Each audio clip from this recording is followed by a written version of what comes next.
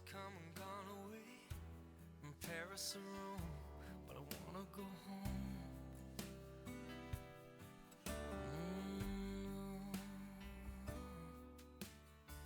Maybe surrounded by a million people, I still feel all alone. Just wanna go home. Oh, I miss you, you know. And I've been keeping all the letters that I wrote to you, each one a line or two. I'm fine, baby, how are you? Well, I would send them, but I know that it's just not enough. My words were cold and flat, and you deserve more than that. Another airplane, another sunny place. I'm lucky, I know, but I wanna go home. I got to go home. Let me go home.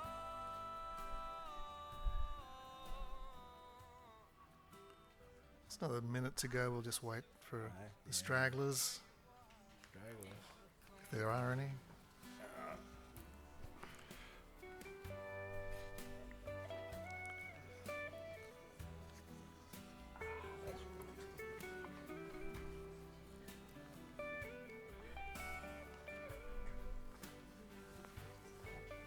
And I feel just like I'm living someone else's life.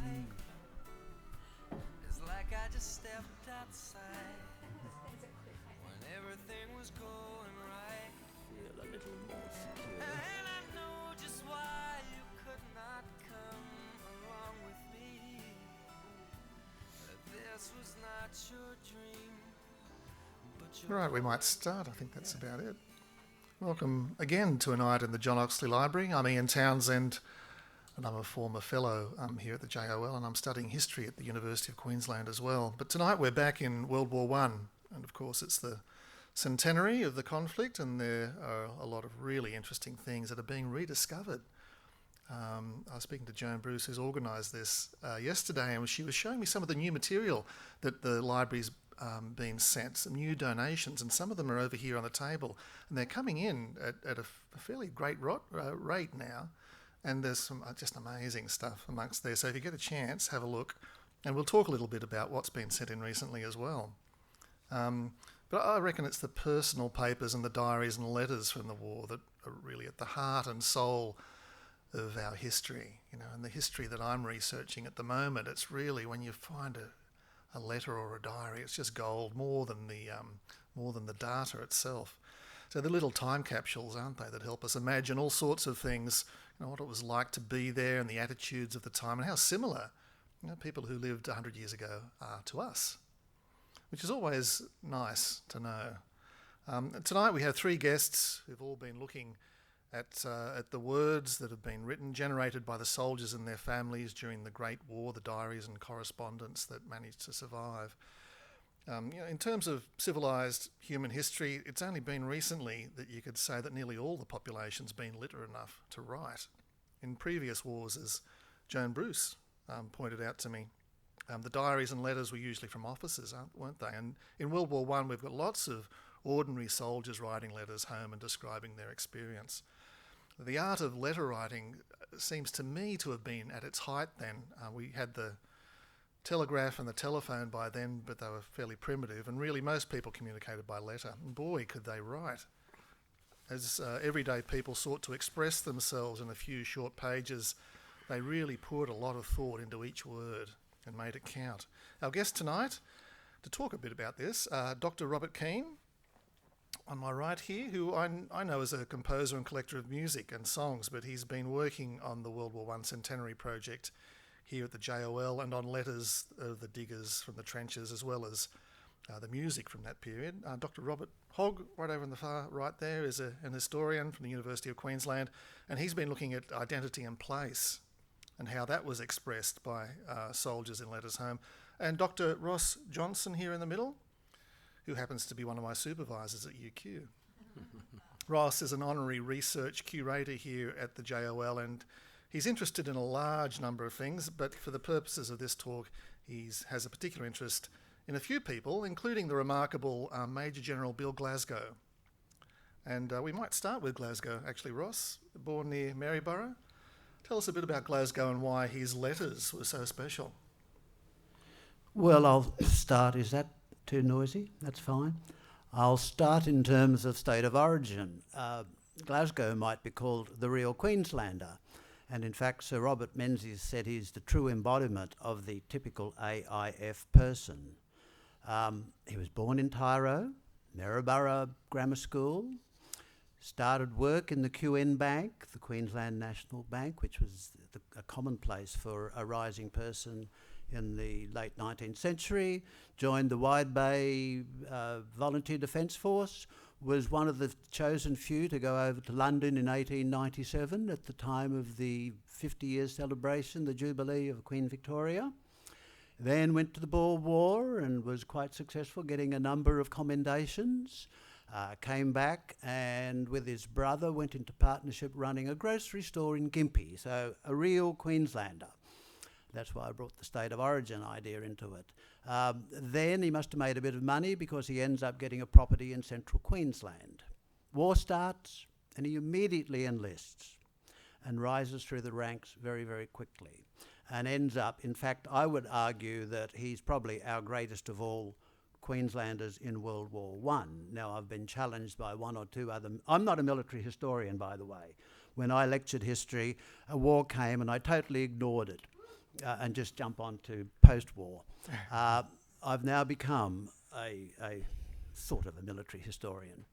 So what is it about Glasgow's letters that are so interesting? Well, let me read a little bit. I'll be ostentatious.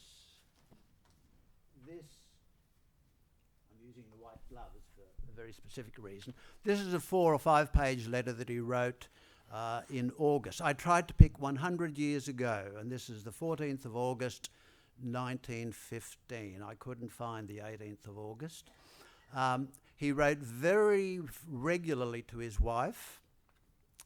My dearest old girl, he usually refers to her, which I found rather amusing because she seems a rather precious and prim sort of a person who was wanting advancement. But in the letter, he doesn't. He's at this stage. He's already an important commander. He's an acting commander, and this is at the time of Pope's Ridge and Dead Man's Ridge, and a very important battle. I could read from it, although it's rather difficult. Since my last report, we have moved for a rest. But let me read from the transcript. It's much easier. Since my last report, we have moved from the front line for a rest. I'd done 4 months in the trenches, and the regiment had spent a portion of that time there. I was not in need of a rest, but the men were, and consequently I was glad that they were taken out. He did show a particular concern for his men, and in fact people praised him regularly for this. And at one stage the New South Wales people were hoping he would lead them, and so were the South Australians, but he ends up as a Major General by the end of the war and in command of the 1st Division. I was glad they were taken out. We are now in a fairly comfortable camp where the men get just sufficient digging fatigue to keep them fit. See, he's very concerned about their welfare.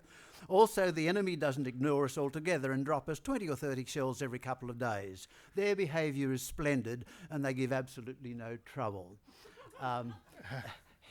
He's regarded as a very good commander. C.E.W. Bean calls him the most forcible of the 3 strong brigadiers at that stage of the war. Monash gives him great praise for his leadership, and as Menzies gave him that commendation. There is, you may know, a marvellous statue to him in Post Office Square, done by Daphne Mayo. What I find particularly interesting, I'm like a politician with a long-winded answer, I'm sorry, Ian. What I find particularly interesting in his letters, and there are many of them, he often wrote daily, sometimes twice a day. Obviously there wasn't much fighting at that time. We tend to think, it's fight, fight, fight. No, it's only occasionally fight, fight, fight. So he's a very voluminous correspondent. He doesn't say a lot. He talks about the men a lot and how good they are and how proud he is of them. But also what comes through for this stern disciplinarian, a good leader, he's also a very human person. He expresses a great love for Isabella, his wife. Your long letters are a treat. I do look forward to them. No necessity to tell me of your love. It shows in every line. And I do return it, old girl. You have never doubted it was anyone else, have you? Hugs and kisses to yourself and the kiddies. And this very personal human side is good to see in what we see as that very stern commander. I'm not sure that Daphne Mayer was able to capture that in her bronze statue. So it's good to see this other side of him. How did the dear old girl take those letters? She must have been pretty young at that stage. Well, she was always keen for his advancement, and he says, I know you appear anxious to hear of my advancement. At present I am in command. So she's very pleased about that. She's more pushy than he is. I mean, I think in the family she was wearing the pants rather than him. But when it came to commanding the men, he was in charge. Yeah. Robert Hogg, your project's been looking. Ross mentioned there the state of origin. Yeah. You're looking specifically at Queensland diggers and how they thought of themselves as Queenslanders. Was there a sense of being from Queensland, something that the soldiers latched onto?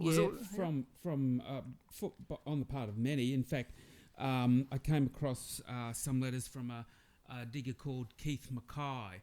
Well, memory was in Brisbane. He was a member of the 15th Battalion, and it would seem that state of origin football didn't start in 1980 at Lang Park. It actually started in March 1918 because he writes to his mother of a rugby match between the 15th Battalion, which was a Queensland battalion, and a New South Wales battalion. He doesn't name the battalion, but the Queenslanders won 5-0. Right. So that's how far back state of origin actually goes. Queenslanders, I guess we consider ourselves a little bit different today. We sort of enjoy that difference, don't we, in some ways? And I'm sure the Victorians and New South Welsh people do as well. But New South Wales certainly looks on Queensland as something else, and we have that state of origin, I suppose. But how different? Apart from that, what was there anything in the letters, I suppose, that made you think that it's not so much that Queensland diggers are different from diggers elsewhere. It's about what I'm looking at is their attachment to Queensland, their attachment to place, and how they construct their identity through that attachment to place, because places are important when it comes sources of individual and community identity. So in letters, though, for example, James Poulton, who was from Ipswich, he worked in the mental hospital at Sandy Gallop, which is now the university campus for the University of Southern Queensland. For him, I think his Queensland manifested itself in the contact he was able to maintain with other men from Ipswich. And his diary has quite a lot of entries about how he runs into the Murphy brothers from Ipswich, or one of the footboys from Ipswich. And in the heat of battle, I could read you a short extract from his diary. And his first battle at Neuve-Eglise made him wish he was back in Ipswich. He writes, the Irish Rifles go into battle with the Aussies by their side. After taking Messine Ridge, it is all left to the Australians, who go down the other side of the ridge and take artillery and other strong points at the point of the bayonet, ending up near Warnerton. This is my first experience of what battle is like, which makes me think of home very much. With the shrapnel shells screaming and bursting everywhere, the noise is deafening. So actually battle reminded him of home, but not in quite the way we normally think of people been reminded. He wished he was back. It was so horrific. He wished he was back. And home. these are young blokes, probably the first time they've been away from Exactly, I home. think he Their was sense of 21. place would be strengthened, wouldn't it? The things they took for granted would suddenly be sharpened, and they'd get homesick. Very Yeah. much so. They in the letters and diaries mention lots of different connections to home, but it can be manifested in different ways for different soldiers. I've just gone blank on the name of the next fellow I was going to mention, but he discovers that he actually has family in England. He has very little family in Australia, but he discovers cousins in London, and he starts up a correspondence, quite a flirtatious correspondence, with one of his cousins, female cousins. And I felt that really, for him, that was an outlet for him to let go of the horrors of the trenches, or the tedium of the trenches, and the debilitating conditions of war. It was clear that this correspondence meant a great deal to him. And of course, he received letters from London a lot quicker than he received letters from Australia. He might get one every 3 months from Australia, as opposed to one every 3 weeks from England. So he was quite gratified to have this correspondence. Yeah, and a lot of the correspondence, when you talk about it there, is of the Western Front and Europe and Gallipoli, and that's what we know a lot about. But Robert Keane, the Australians fought in a lot of other campaigns as well in the First World War. So we can think of, obviously, Dardanelles and Europe, but Pacific and Palestine. Well, I've been researching World War One for about 4 or 5 years, and as well as the War Memorial and the John Oxley and so forth, I also poked around some of the quite marvellous small regional historical societies. And the one at Samford, if you've never been to it, that's if you can get any parking at Samford, because everybody goes there on the weekends. It's coffee central. But there's a marvellous little historical society there, and I was allowed to look through their records, and I found a very extensive diary. The original is somewhere. We don't know where the original is, but it was transcribed. It was typed up sometime in the 1940s, and by a man called Bob Bygott.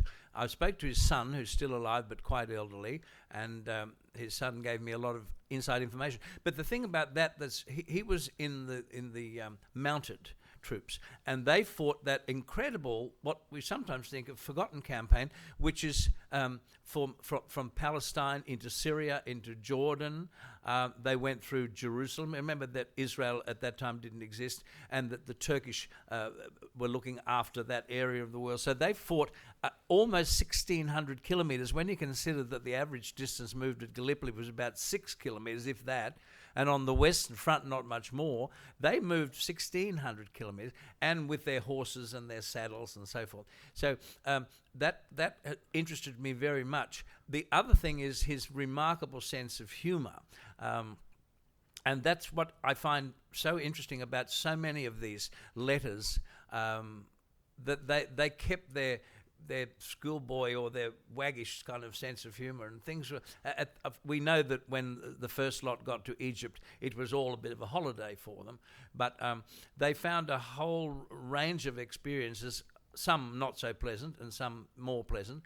And I've just got a couple of things from Bygott's 300-page diary. It's a very extensive one. He mentions here, it was a little musical one, Ian. He said, halfway through the campaign, into about 1917, I shall never forget a little incident that happened the other night. Another brigade was riding past in the dark, and they were singing Son of My Soul. And I never heard anything so well as this. The whole mob joined in, and the way it was sung, a fellow with any heart for music at all could never forget it. And it was being sung by a mob worn out by the hideous ordeal which had just been through, and the loss of their mates, which always hits hard. And he was in the dark, and he just heard this singing as the other brigade moved through. That's an interesting area. Here's an absolutely terrifying one. Because they had their horses, the horses in many cases came first. They looked after their horses wonderfully well. Excuse me, I've got the cough. The gunfire was terrific here. It was a wretched sight to see, especially one of our chaps who was only a young boy. His horse had been killed and he lay in a shell hole, unwounded, only a few yards from the Turkish trenches. This is Turkish in Palestine. But they couldn't see him. The wind was blowing in our direction, so he wrote his name and home address on a scrap of paper and held it up. It landed in our trench where the chaplain got it. He called out to the young chap, who then got up and started running, but he was riddled 3 times and the last time killed him. The chaplain went over the top to help him, and he was shot and killed. Then a stretcher bearer went over to get their 2 bodies, and he was killed too.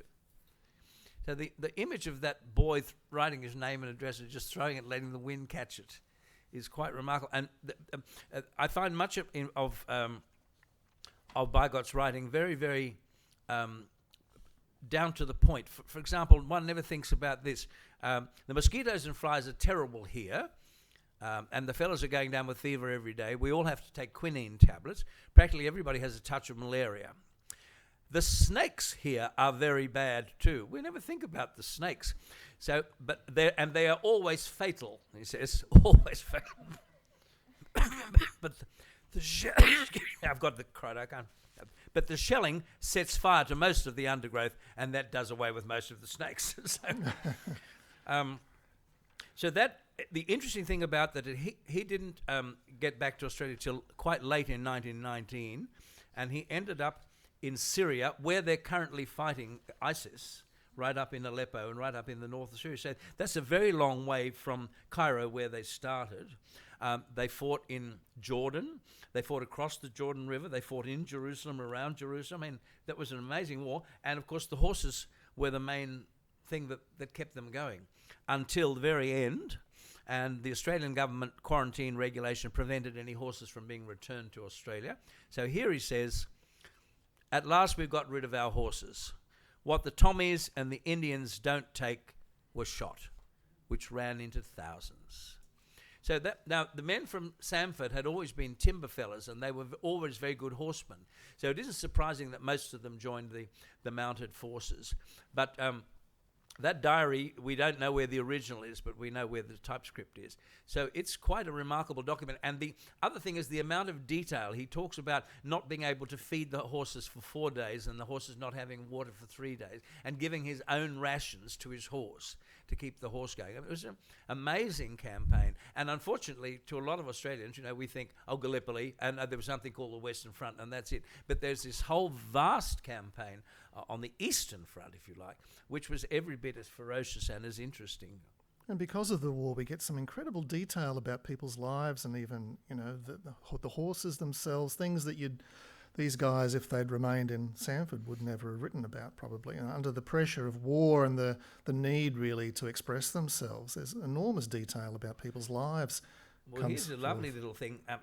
This is in 1918. We went through Jerusalem again, and we camped at Solomon's Pool near Bethlehem for about a week. While I was here, I was granted leave for the first time in the entire campaign. 2.5 years he'd had no leave at all. Yeah. And I felt more like having a week's jolly good sleep than a week in Cairo. Ian, can I come back to when you started off saying letter writing is so important then? And can I give you another example of it? One of my subjects has been Jim and Alec Patterson. That's right, from the family from Toowong. I was about to ask you, because they have a remarkable collection of letters, that family. Yeah, they were twins. Dad, Charles, and Barbara, his wife. Charles was, some of you might know, there was a big sawmill at Toowong right next to the railway station. Well, that was Patterson Sawmill. But Charles himself had been mayor of Toowong before Greater Brisbane was created for 3 times. So a rather important family. Let me read you, showing you how fluent they were with their words. This is Jim to Mother and Dad, the 24th of August 1915 from Malta. I won't read from the original because it's a bit scrappy. That was being pretentious.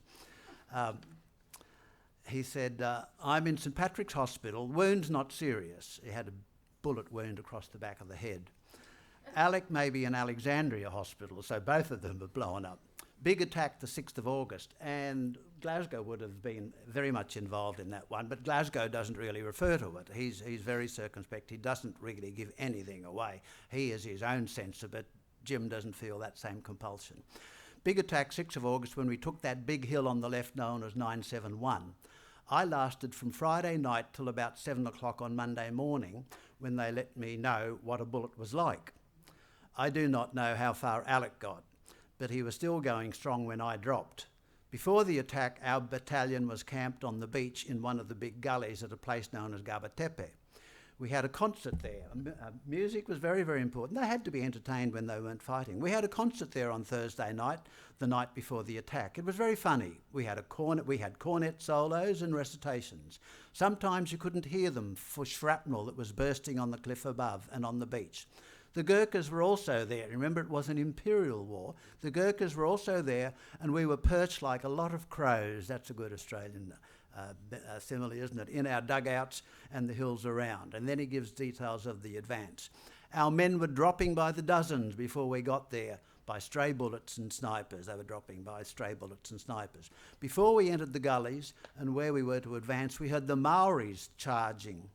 The yell that goes up, one can't describe.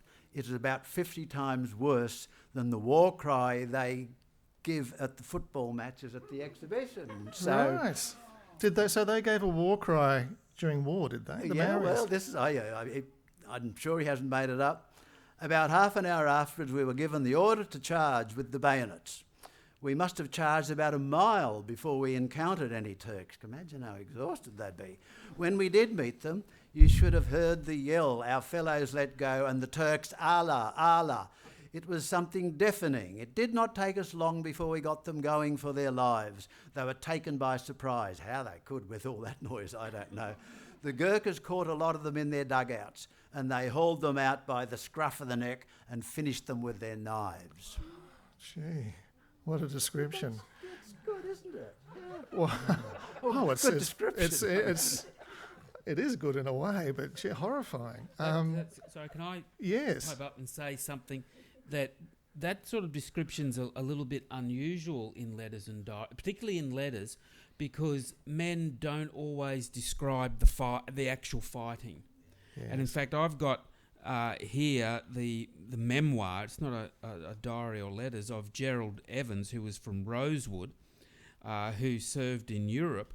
And I've been through it a couple of times, and you have to get to the last few pages before he mentions being involved in any actual fighting.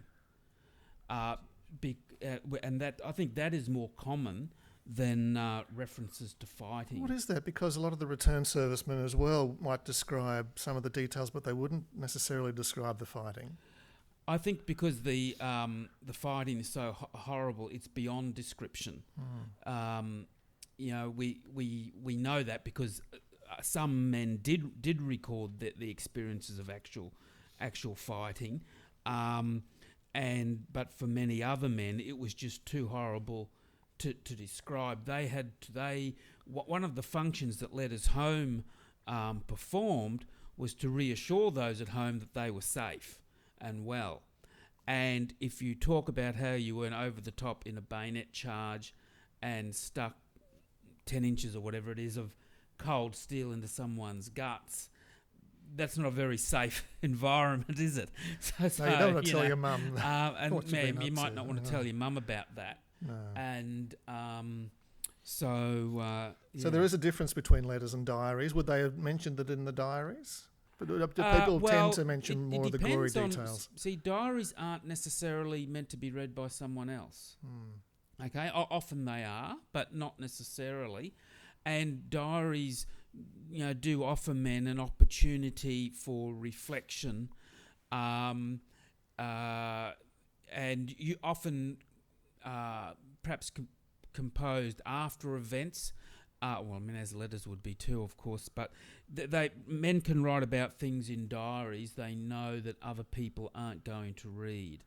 They write about different things, so yeah. Are we learning more about the war now? I imagine at the time the letters weren't meant to be shared either, and the diaries weren't, so they would have kept in families. Now they're appearing where hearing all these details. At the time, a lot of that detail would not have been known. We know more about some the war. letters were published. Yes.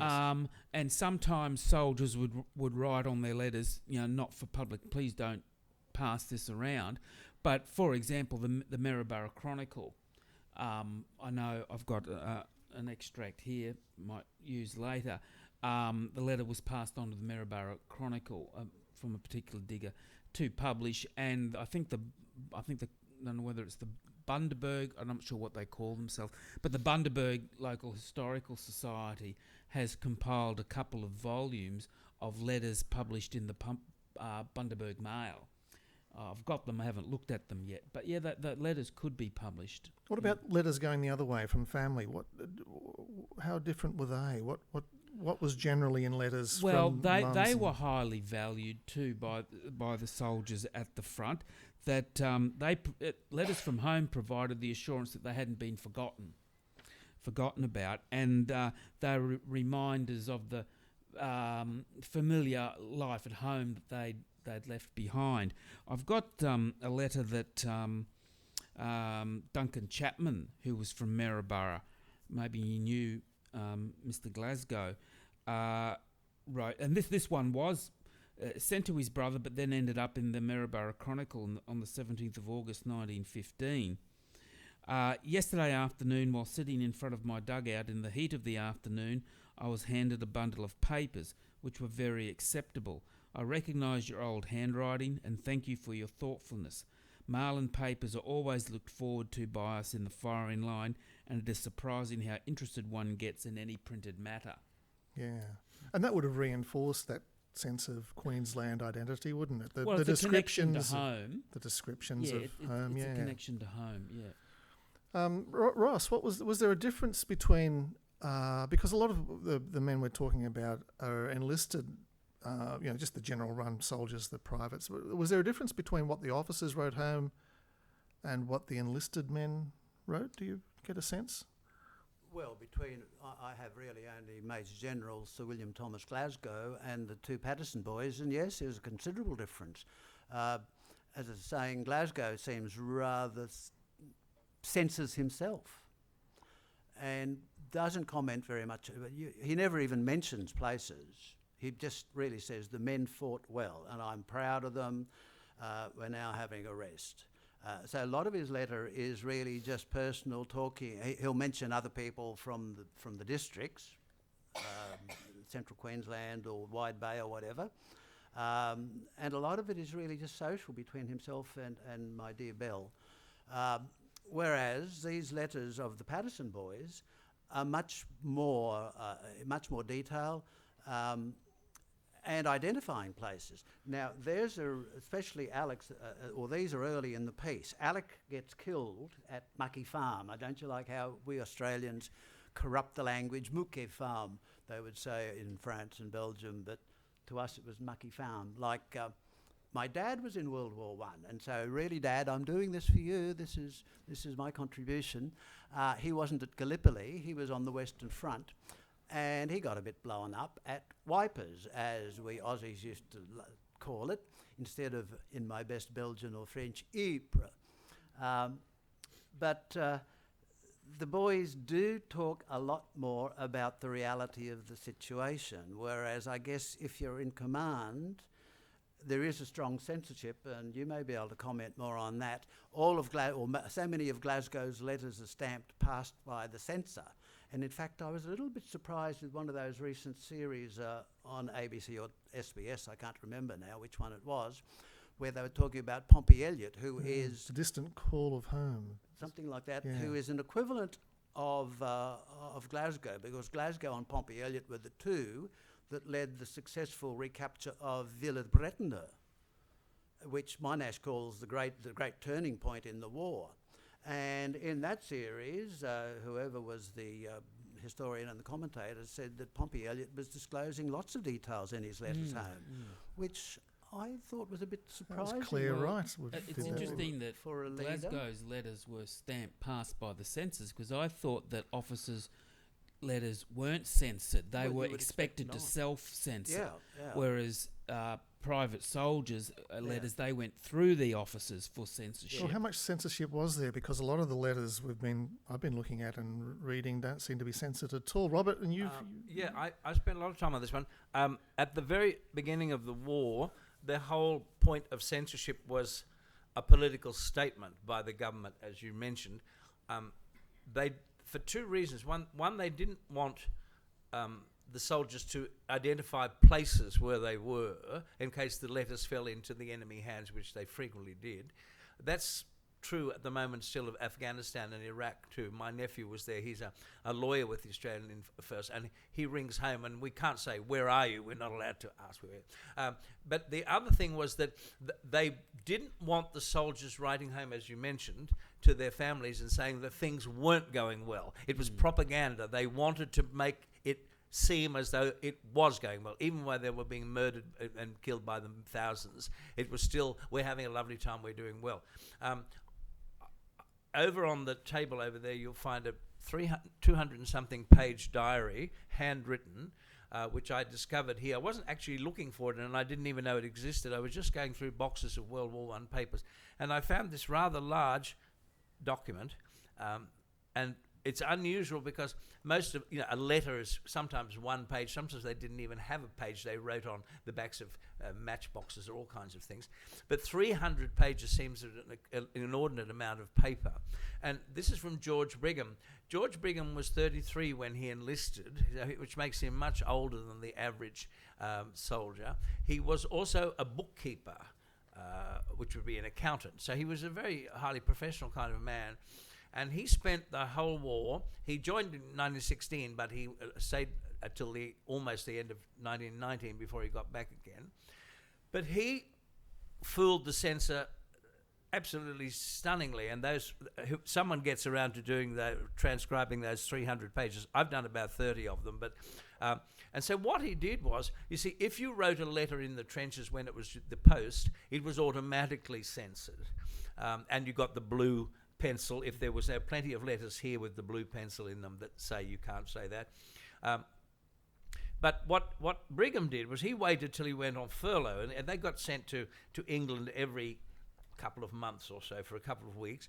And you can see from the paper, they often stayed at the Horse Ferry Road, or they stayed at the YMCA. As soon as he got there, he went up to the library or whatever passed for the writing room and stole all the paper that he could get. And then he wrote to his mother. Now, if you look at it on the table there are 10 installments. He wrote it over 3.5, 4 years. Mother, this is installment number 4. Mother, this is installment number 5. And he subverted the whole Australian Army censorship regime by simply posting it at British Post. He just took his packet and posted it to Mum and paid the postage himself. See, the soldiers who weren't paid very much, when they posted a letter in the normal way, didn't pay for the postage. The Australian government paid for it. So Brigham obviously was... Now, I've read as much of that diary as I can. Some of it's very difficult to read. But he was extremely critical of the management and of the way things were done. He was wounded and he went back into the trenches after and survived. So if you go over there, because it's in fairly poor condition, Joan has put out lots of sections of it. So you can actually see, Mum, this is section 7, Mum, this is section 8, and it all got through and it all survived. So just a couple of tiny little points. Having made up my mind to enlist and do my war service, I sought permission from my employers, which was readily given, and presented myself to Victoria Barracks on the 2nd of February as a recruit. Now then we cut to, and the reason for that is that you'll become apparent in the last paragraph of the diary, which was 4.5 years later. In concluding my diary, I must refer to the first day that I mentioned in 1916. As we new recruits walked up the line of tents, this is an inaugura, the men came out and welcomed us with the usual, "You'll be sorry, more fodder for the Turks." But now, being spared after 3.5 years' service to come back safe and sound and taking all the good times with the bad, I must honestly say they were wrong. For I will always have memories of the many events of what has practically been a huge holiday. in which I have experienced and seen things that many men have not had the privilege of seeing. And what is more, there is a bond of friendship between myself and numbers of good men around me that I am proud of and whom I may otherwise never have known. Good luck to them all. And that's the very end of the diary. So he refers to the earlier part of the diary. Now, just one lovely little story from Abbeville in France, 1917. To show they were always, there was always, there were always characters, there were always gangster types getting around. A pal and I were nicely taken in the other day. After a trip round the shops, we were making our way to an eat-up joint for lunch, and on nearing the cafe, we were accosted by one of our transport chaps. He walked into the cafe with us and sat at our table, and while talking, mentioned that he had to go past our trench on the way back, and that if we liked, we could meet him at a certain place and he would give us a ride. We thanked him for the offer, and my pal paid for his dinner in return for his kindness. We got no ride home, however, although we waited at the time and the place appointed, and we learned later from another pal that he was constantly AWOL from his unit and got most of his meals in this way. So how rare are then letters like George's? I mean, what we know about war is from letters and diaries, isn't it, those primary sources? And we mentioned that a lot of them are self-censored or censored, and they're propaganda often to an extent, and the official histories certainly are. The other classic case is Courtney, of Courtney's post in Gallipoli.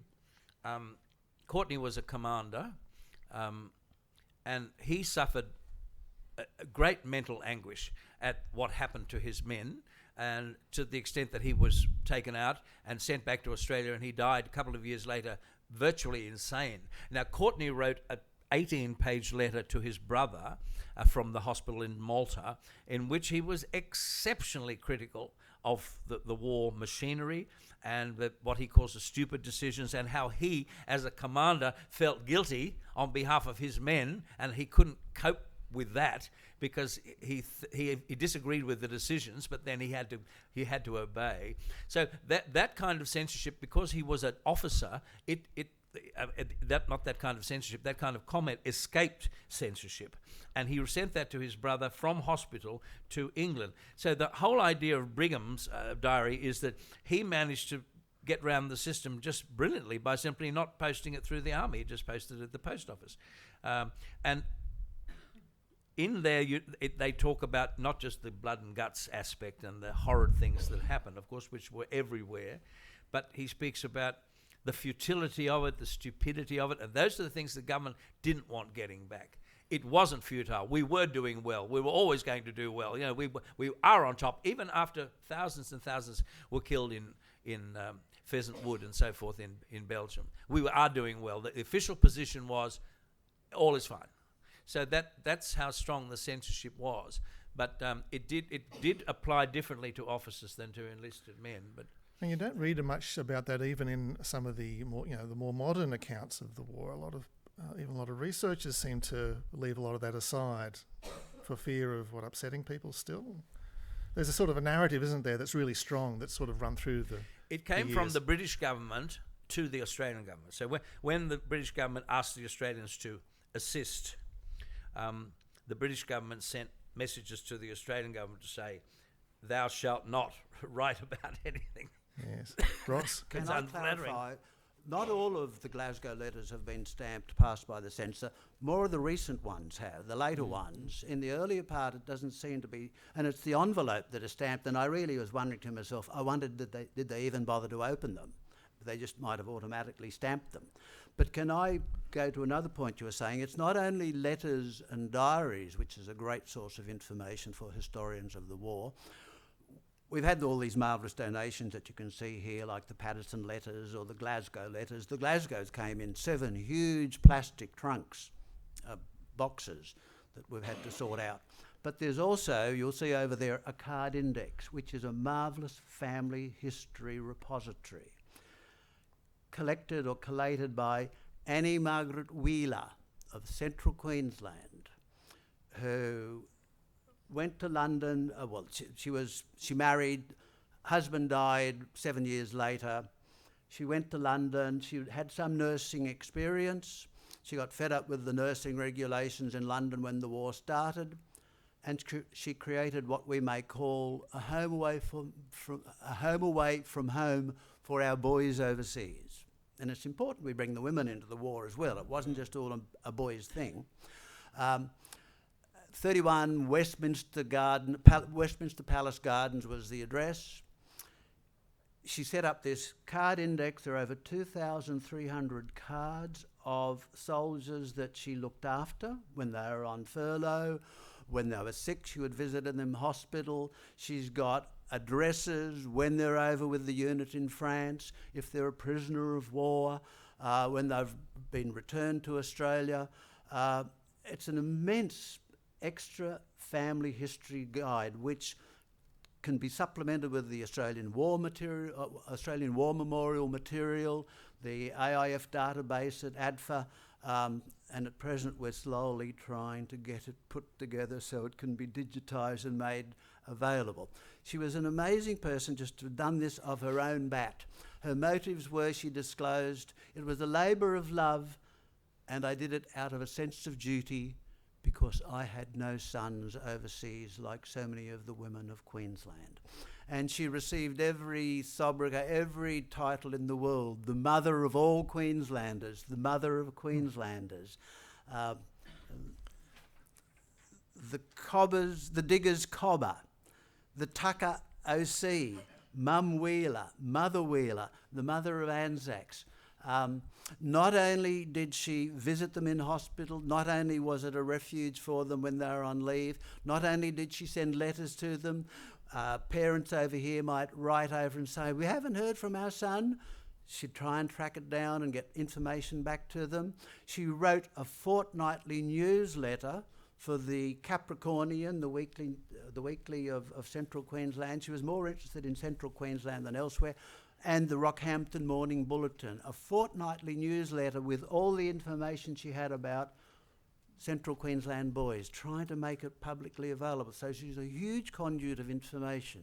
She would lend them money if they needed money. She would send on parcels, send on socks, Christmas presents, whatever. It's an amazing story of charity, of goodwill. And when she came back, rather broken in health and almost a nervous breakdown, the people of Central Queensland responded very positively, collecting money, and found land for her in a home at Emu Park where she resided for the next 20 years. So that card index, is it just a card index, or is there the original letters that come? No, it's just cards. Just cards. Just noting where they've been, where they are, how they might be contacted. And not digitised yet. Well, no, I'm it only would up take to a while. 250. Oh, you're doing it. Well, that's a big job. Well, there's some. And when did that come into the library? Do you know? Has that been here for a while? I think it's been for a while. Yeah, there's been. Anyway, there's a lot of new stuff that's been coming in. Because we had a look, Joan, at some of the new stuff that's been coming in, and there's a fantastic. Just over there, there's a collection from Miriam Dunn, which has a really interesting story. I think because it's So Miriam Dunn collected a lot of material from the First World War, from the home front, I guess. A lot of fundraising activities. There's cards, and there are tickets to moonlight cruises on the Brisbane River in 1915 to raise money, and those sorts of things. For something called Heroes Day. Do you know what Heroes Day is? 1915. Does that ring a bell? No? Heroes Day. Might have been just something that was very local. I looked at that car. I think I got the sense that it was a one-off. Yeah. Yeah. But Miriam's, it wasn't her family that brought that in, was it, Joan? It was somebody who bought the house. Is that right? It came quite randomly from a couple in Ballina who bought a house in Ballina many years ago. So the couple bought the house? Yeah.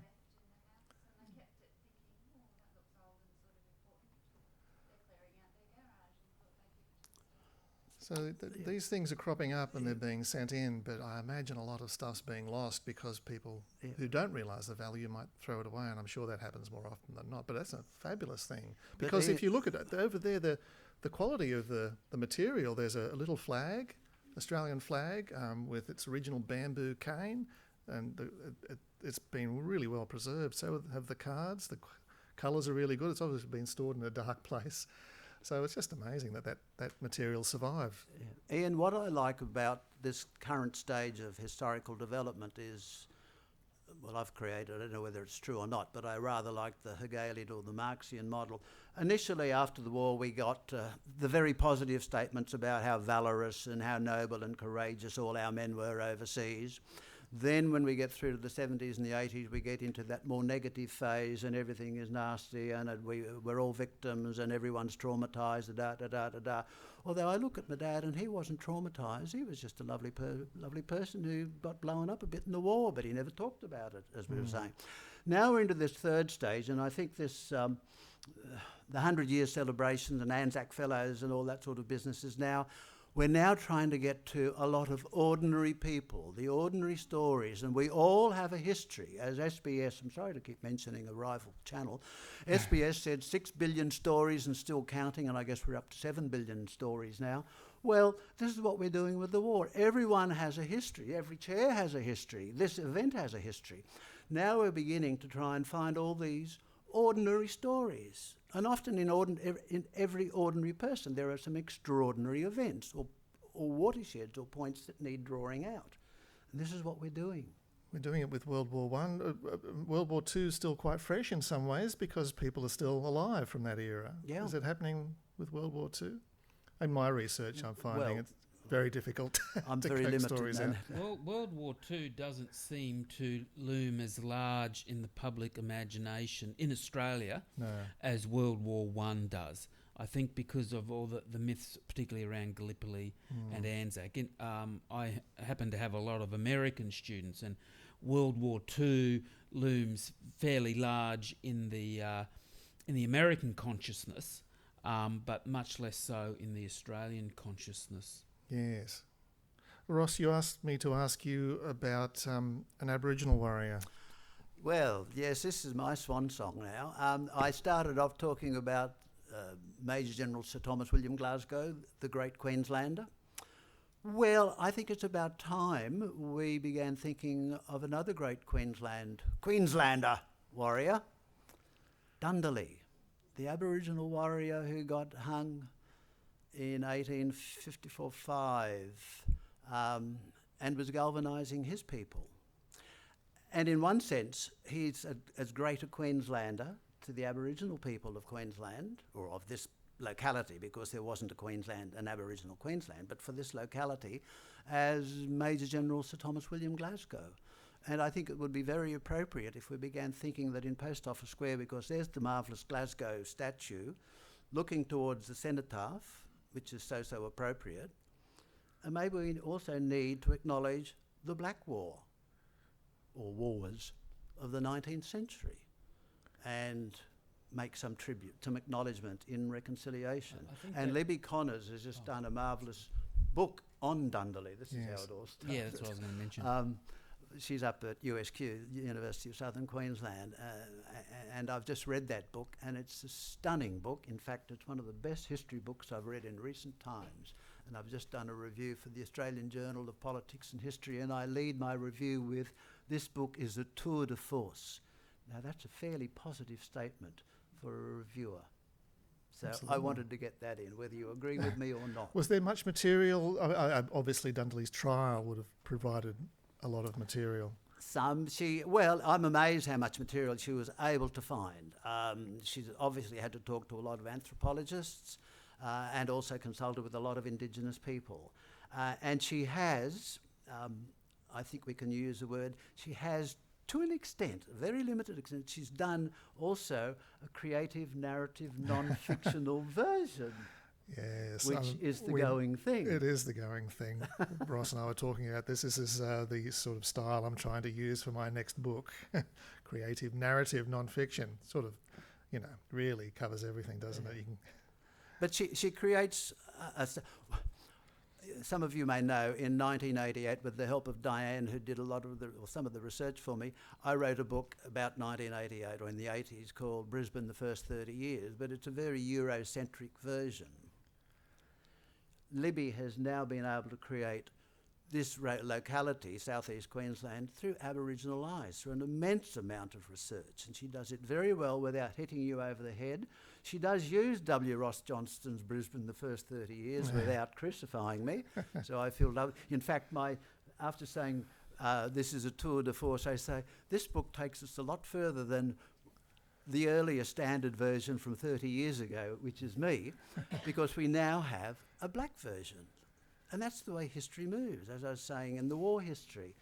Positive, negative, then you try and create the synthesis through doing other versions, other images, other people's worldviews. Does anybody have any questions?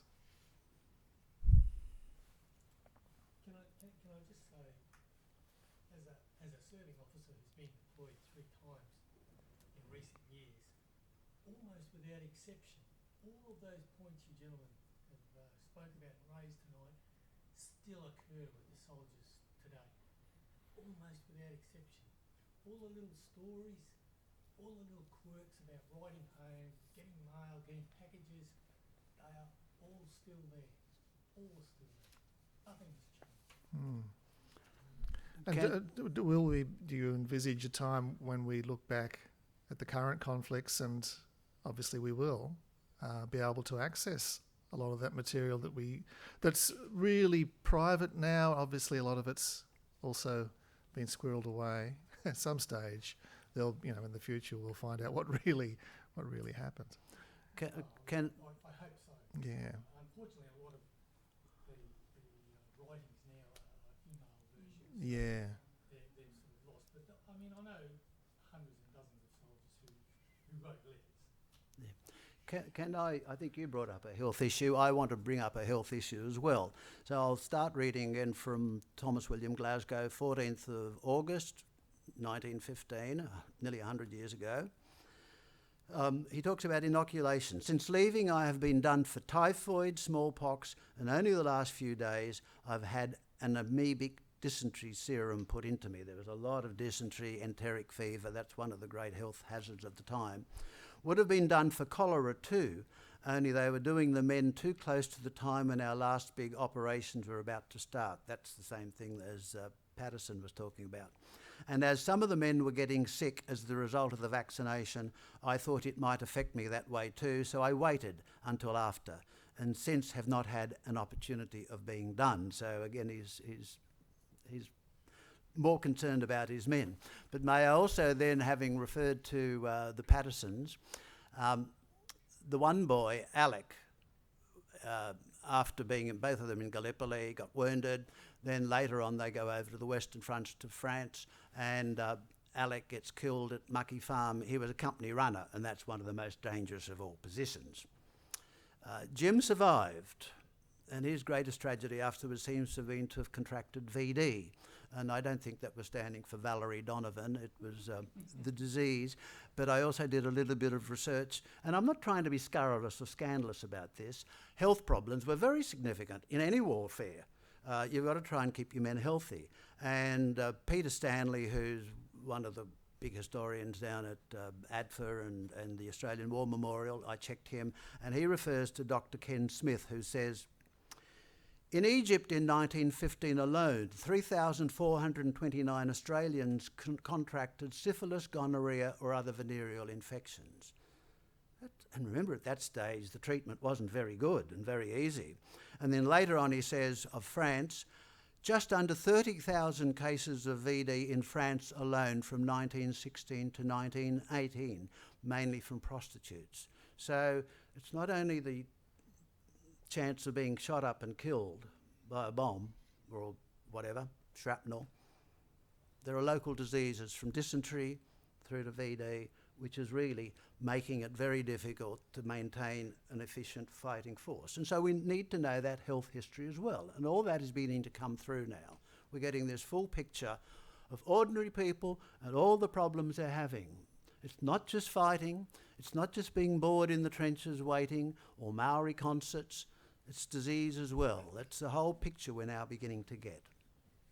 Yeah, it's amazing, isn't it, that it's taken this long to get the full picture, but it's really a combination of many things, including the technology nowadays, that we can access the information. I think CEWB Bean does make some reference to venereal disease, but it's not, even today, let alone in 1915, it's not the sort of thing that the newspapers would be likely to report on, or would be spoken about. So Now, there is a list of material, some of the diaries and letters over there if you want to pick up some. If there's not enough copies, you can, the State Library will email you a list of the material, and that's being updated constantly. As I said, there's material coming in all the time, and so there's some new material over there that's worth looking at. And when you look at it and you see that it hasn't been really looked at by anybody outside of a family, often for 100 years, it's quite remarkable. And I noticed that Ross not only had the transcript there, but was picking up the original piece of paper as well. It's important, isn't it, to see the original. That it comes With white gloves. yeah, with white gloves. But not just reading the transcript, but seeing the actual handwriting. There's something quite special about that, and the smell of the old paper as well. And they wrote more legibly than I do now. But yeah, I mean, there's some... And they wrote on anything they could find. You talked of the shortage of paper. I'm sorry to keep hitting this. And sometimes with the Glasgow bit, I find it looks as though he's written on toilet paper. Now, shortages of paper were a real problem, but sometimes I've put together that when he's using toilet paper, it may be that they're in the middle of a serious combat. And you wouldn't think of bringing a lot of writing paper at that stage. So he's just dashing off a bit of a note on whatever's available. But I must confess, I'm not quite sure what toilet paper looked like in 1915, so I may be inaccurate, but to me it looks like rough toilet paper. I didn't bring an example of that, but that's one of the Patterson letters that I was reading from, and it's 4 different pages, all different sizes, whatever scraps they could find. As a commander, normally he had much better supplies, but as I said, sometimes he's using toilet paper or whatever is at hand. Well, look, we'll wrap it up now. If you want to have a chat, I think the guys will still be around for a few minutes, and as I say, there's a lot of material over there if you want to have a quick look. But please join me in thanking tonight Robert Keane, Ross Johnston and Robert Hogg. thank you.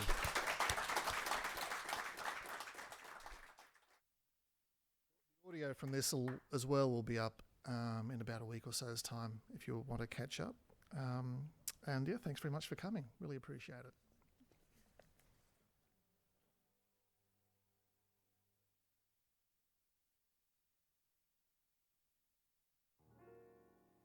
Cathedral bells were tolling, and our hearts sang on. Was it the spell of Paris, or the